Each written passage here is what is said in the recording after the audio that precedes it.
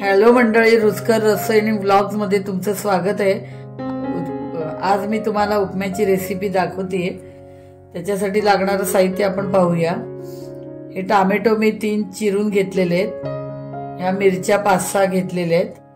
नंतर कोथिंबीर, कढीपत्ता आणि 2 कांदे मध्यम आकाराचे ते बारीक चिरून घेतलेत। नंतर 1 वाटी मटार आणि 2 चमचे उडीद डाळ आणि हा रवा 2 वाटी। ह्या वाटीचं माप आहे, 2 वाटी रवा घेतलेला आहे। हा आता उपमा कसा करायचा ते आपण पाहूया। तेल घातले आपण 3 टेबलस्पून आणि आता त्याच्यात साजूक तूप घालते मी।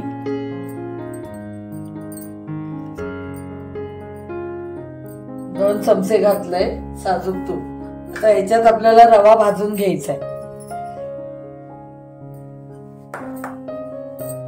आता आपण रवा घालून घेऊया।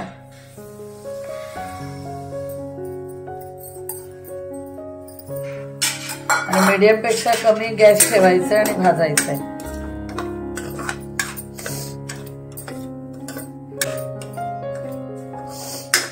नुसता रवा नाही भाजायचा, तेलात तेल तूप असं निम्म निम्म घेऊन भाजा तुम्ही।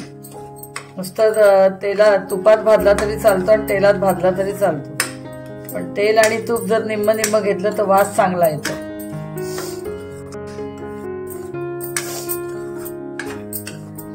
खमंग वास येईस तर रवा भाजायचा आहे आपल्याला। भाजताना आता बघा रवा फुलतो असा।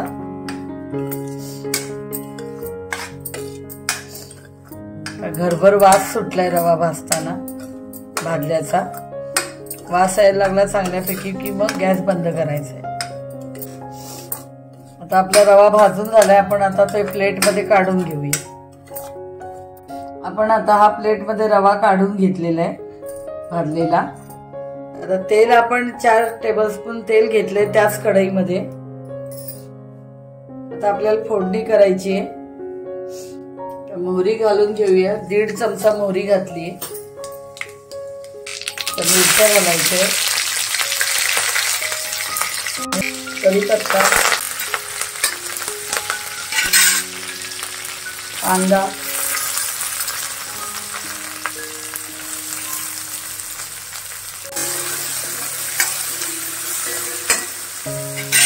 उडीद डाळ,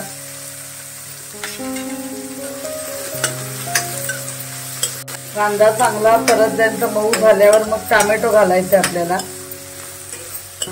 हिंग घालते, हिंग अर्धा चमचा घातलंय। आता टोमॅटो घालते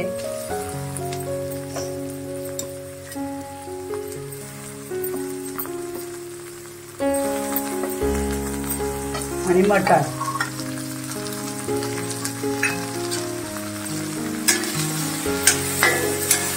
ह्या वाटीने आपण 2 वाटी रवा घेतला होता, तर एकाच 2 वाटी पाणी। 1 वाटी रव्याला 2 वाटी पाणी, या प्रमाणात आपण 2 वाटी रवा घेतला होता, तर 4 वाटीने हे पाणी गार घेतलेलं आहे। साधं पाणी 4 वाटी घेतलेलं आहे। हे गरम बिरम करायचं नाहीये। तर आपलं हे सगळं परतून झालंय व्यवस्थित। कांदा वगैरे मऊ झाला, टोमॅटो मऊ झाला की मग हे पाणी घालायचंय। 4 वाटी पाणी, 1 वाटी रव्याला 2 वाटी पाणी, याप्रमाणे। अर्धा चमचा मीठ घातलंय। कोथिंबीर घालते थोडी।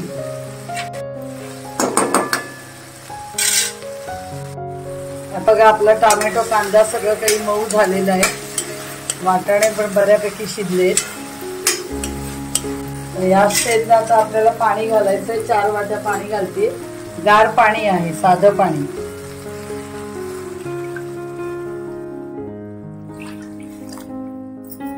त्याच्यामध्ये कोथिंबीर घालायची पुन्हा आणि आता हे उकळून द्यायचंय। आणि चवीप्रमाणे मीठ, मगाशी मीठ घातलं होतं आपण अर्धा चमचा, आता हे अर्धा चमचा अजून घातलंय आणि 1 चमचा साखर घालते। आता हे उकळून द्यायचे आपल्याला। आता हे पाणी उकळायला लागलेलं आहे, 2 मिनिटं असं उकळून द्यायचंय, म्हणजे सगळे फ्लेवर, टोमॅटो, कांदा, फोडणीचे सगळे फ्लेवर त्या पाण्यात येतात. आणि ह्या स्टेजला आता आपल्याला रवा घालायचा आहे.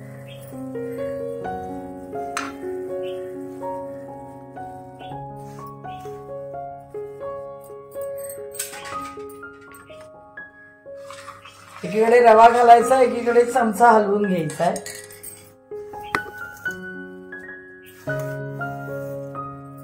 थोडा थोडा घालायचा म्हणजे गुठळ्या होत नाहीत.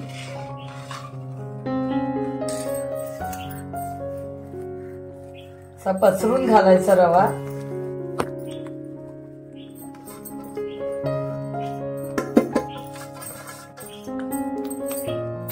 त्यावेळेला गॅस बारीक करायचा.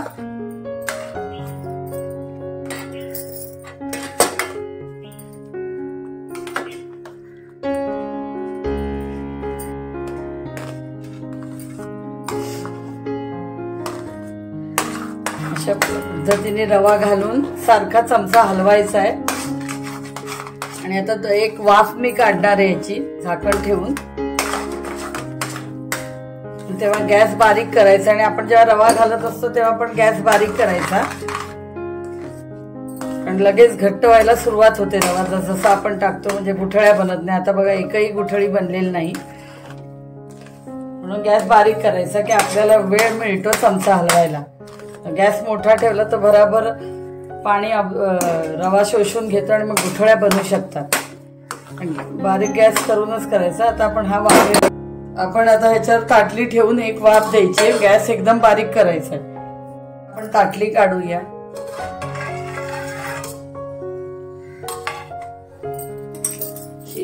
उपमा बघा किती सुरेख दिसतोय. तर आपला हा उपमा झालेला आहे. आता मी सर्विंग बाउल मध्ये काढते. कसा रंग सुरेख आलाय तो बघा. सर्विंग बाउल मध्ये मी उपमा काढलाय. आपण आता थोडी कोथिंबीर घालून घेऊया.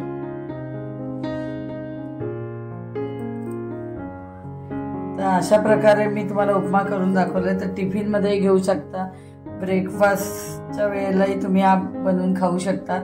आणि जेवण नको असेल, काय काय जेवण करण्याचा कंटाळा येतो, तेव्हाही तुम्ही उपमा बनवून हे खाऊ शकता. तर मी दाखवल्याप्रमाणे तुम्ही करून बघा आणि कॉमेंट्स करा. आणि माझ्या रेसिपीला लाईक, शेअर आणि सबस्क्राईब करा. थँक्यू.